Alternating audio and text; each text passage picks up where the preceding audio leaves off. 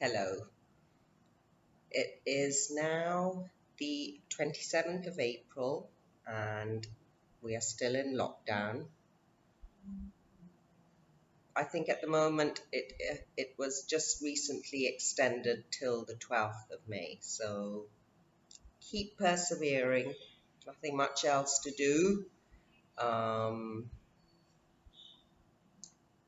so anyway, first thing I want to say today is I know most of you here um, because I've probably sent you the link or invited you. But I have had a couple of um, random visitors who've been very encouraging, and I've even had a couple of people say, more people should hear this, and this is what you need to do. And I just want to say thank you, but that's not really the reason why I'm doing this vlog. Well, firstly, I was very encouraged by some of my lovely young friends. And secondly, it's a great way to have some of the conversations that are kind of going on in my head because, you know, it's just, it's just, maybe these aren't the kinds of conversations you would say have on the phone, even, with someone you haven't spoken to for ages, or even even with people you speak to regularly. So it's a very nice way for me to have some focus around things that I'm really interested in.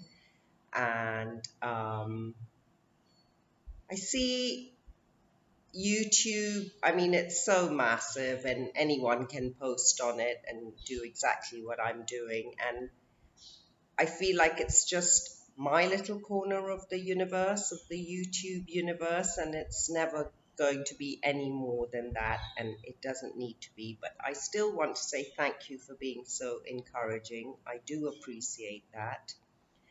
And the other thing I want to say is maybe one day my descendants might come across this and they might get to know their grandmother or great grandmother or grandaunt or whoever it is in the future, who knows? So that's what makes this something that I really like to do.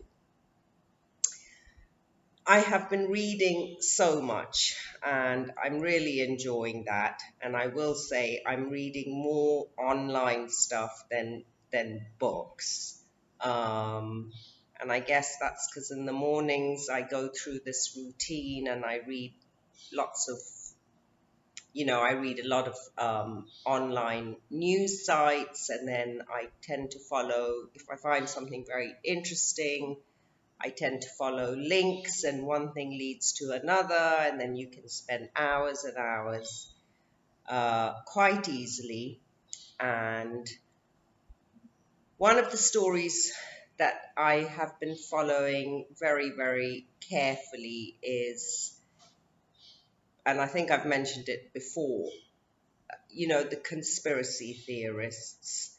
And I can't help but feel that I just really need to find out more and keep an eye on what's going on, because there are some very strange parallels to what was happening about 100 years ago. There was a Spanish flu pandemic, and at the same time the rise of the far right, and look where that went. I mean, eventually, the rise of Hitler and the Second World War. So I feel it's something that I really need to keep an eye on. I'm interested in doing whatever research I can do. And I'll be really honest, what is so interesting is if you take a bit of time, it's not that difficult to find out who the people are, promoting a lot of stuff. And to me, it's really clear that, I mean, their objective, well, they want to cause disruption, but also they're making a lot of money from it. And yeah, well, anyway, I just wanted to say that. And on that note, I found something so profoundly beautiful in my rambling research going from here to there, and I want to share that with you first. So, this guy, E.B. White, some of you might know him straight away, familiar name, because he was the author of Stuart Little and Charlotte's Web, two very, very well loved children's stories. And he was actually also a writer and I think contributing editor to the New Yorker. And for a little while, he also worked for the Seattle Times. So, you know, really a very beloved American author. And he received a letter in March of 1973. I can't find out very much about who wrote the letter, but it was someone who was feeling very, very despondent about the state of humanity. And Mr. White replied to this guy, and the letter has since become really quite famous. And I found I think it's in a publication called Letters of Note, and if you look for it on the internet, it's not at all difficult to find. So I'm going to read the letter to you. North Brooklyn, Maine, 30th of March, 1973. Dear Mr. Nadeau, as long as there is one upright man, as long as there is one compassionate woman, the contagion may spread and the scene is not desolate. Hope is the thing that is left to us in a bad time. I shall get up Sunday morning and wind the clock as a contribution to order and steadfastness. Sailors have an expression about the weather. They say the weather is a great bluffer. I guess the same is true of our human society. Things can look dark. Then a break shows in the clouds, and all is changed, sometimes rather suddenly. It is quite obvious that the human race has made a queer mess of life on this planet. But as a people, we probably harbor seeds of goodness that have lain for a long time, waiting to sprout when the conditions are right. Man's curiosity, his relentlessness, his inventiveness, his ingenuity have led him into deep trouble. We can only hope that these same traits will enable him to claw his way out. Hang on to your hat. Hang on to your hope and wind the clock, for tomorrow is another day. Sincerely, E.B. White.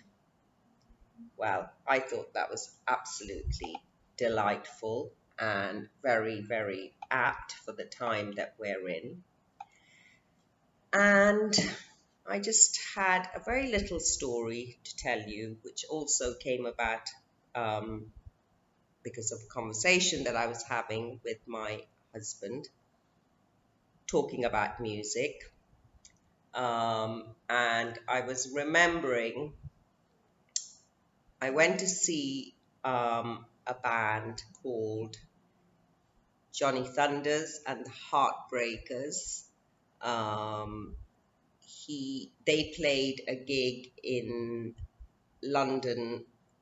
It was actually, I found the date online. It was on the 25th of March, 1984. And it was at the Lyceum, which I think is on the Strand in London. And I was so excited because I absolutely love Johnny Thunders, and another one of the bands that I would, I'd always, when I was riding the tube, the underground, with my Walkman on, this was another couple of albums that I listened to so much. And I was really lucky because my older sister, her friends, they were all in a band, and anyway, actually, that's how I kind of got into Johnny Thunders. And so luckily they wanted to go and they were willing to take me along, and I went to the gig and it was excellent. And if you haven't listened to any of his music, I highly recommend it. But one of the things I remembered, literally, I think I was the only like non-white person in that audience. I mean, maybe there were others, but that was my really, really strong memory of it. It was just, yeah, I mean, just something that I'm pretty sure I'm quite right about. And if I wasn't the only one, well, maybe there was one or two other sort of, non-Caucasian people there. And then, funnily enough, my husband reminded that triggered a memory in him. And he was living in the States in the 70s. And in December 1977, he went to see Earth, Wind and Fire at I think it's pronounced Orpheum Theatre in Boston. It's kind of very close to the railway station in Boston. And he went to see Earth, Wind and Fire, and he was the only white guy in the audience. So I thought that was such a funny little. The word isn't coincidental, but just that this sort of thing happened to both of us, and wildly different music genres. But we both are just real music lovers, and it was a lovely memory for both of us. And in the words of Johnny Thunders himself, you can't put your arms around a memory, but you can try. So, hope you all are well and happy and staying good in this lockdown. And thank you very much. Bye, guys.